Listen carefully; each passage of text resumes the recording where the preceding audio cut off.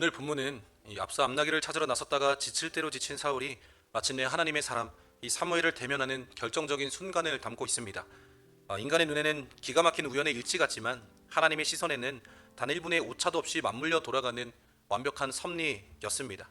오늘 말씀을 통해서 우리의 조급함을 내려놓고 가장 정확한 때에 가장 선한 길을 여시는 이 하나님을 신뢰하는 은혜가 있기를 소망합니다. 이 사울과 그의 종은 하나님을 만나기 위해서, 하나님의 사람을 만나기 위해서 성읍을 향해 언덕길을 올라가고 있었습니다. 마침 그 길에서 물을 기르러 나오는 소녀들을 만나게 되는데요. 본문 11절과 12절입니다.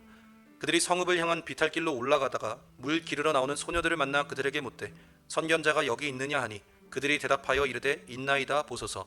그가 당신보다 앞서갔으니 지금 빨리 가소서.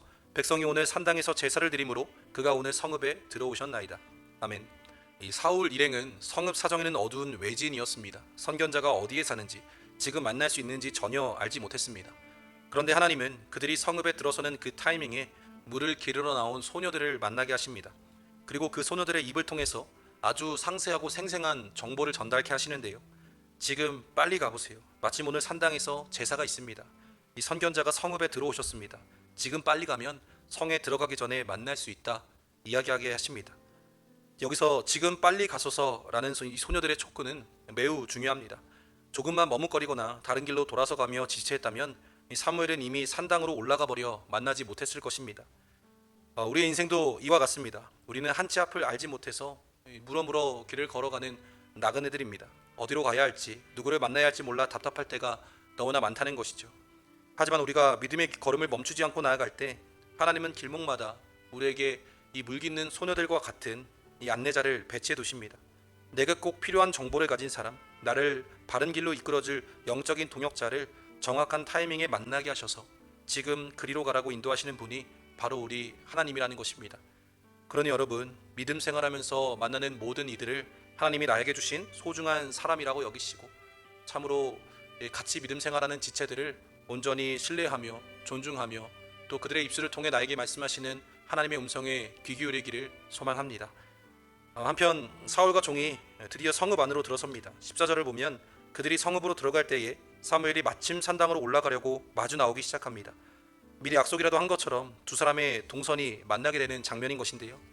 인간의 시점에서는 이것이 우연한 마주침이었지만 성경은 곧바로 화면을 전환해서 전날에 있었던 이 하나님의 마쿠 작업을 우리에게 알려줍니다. 15절과 16절이 바로 이 오늘 본문의 핵심인데요. 이렇습니다. 사울이 오기 전날에 여호와께서 사무엘에게 알게 하여 이르시되 내일 이맘때에 내가 베냐민 땅에서 한 사람을 내게 보내리니 너는 그에게 기름을 부어 내 백성 이스라엘의 지도자로 삼으라. 아멘. 사울은 어제 하루 종일 먼지바람을 맞으면서 이 암나기가 도대체 어디에 갔단 말인가 짜증 섞인 한참을 쉬며 산지를 헤매고 있었을 것입니다. 실패와 좌절감에 휩싸여서 힘겨운 밤이었을 것입니다. 그런데 바로 그 어제 이 하나님은 사울이 모르는 곳에서 이미 일하고 계셨다라는 것이죠. 선지자 사무엘을 찾아가셔서 내일 이맘때에 내가 한 사람을 보낼 테니 그를 민족의 왕으로 삼으라 예고하고 계셨던 것입니다. 우리는 눈앞에 당장 결과가 보이지 않으면 하나님이 침묵하신다 오해합니다. 내가 이렇게 기도하는데 왜 아무 일도 안 하실까 낙담합니다. 그러나 성도 여러분, 우리가 기억할 것은 우리가 문제를 겪으며 눈물을 흘리고 방황하는 바로 그 전날에도 하나님은 보이지 않는 곳에서 우리를 위해 완벽한 만남과 해결책을 설계하고 계신다라는 것입니다. 내가 알지도 못하고 보지도 못하는 어떤 시야의 뒤편에서 하나님은 바쁘게 일하고 계십니다. 그러므로 우리의 방황, 목적 없는 방황은 없다는 것입니다. 하나님이 미리 정해놓으신 약속의 장소로 나아가는 과정일 뿐이라는 것을 우리가 기억하기를 소망합니다. 한편 하나님께서 이 사울을 이스라엘의 왕으로 세우시려는 그런 궁극적인 이유가 16절 후반부에 등장하는데요. 그간의 백성을 블레셋 사람들의 손에서 구원하리라. 내 백성의 부르짖음이 내게 상달되었으므로 내가 그들을 돌보았노라 하셨더니. 아멘. 이스라엘 백성들은 당시 블레셋의 압제와 위험 속에서 아주 극심한 고통을 겪고 있었습니다. 그들은 아파하며 하나님께 부르짖었습니다.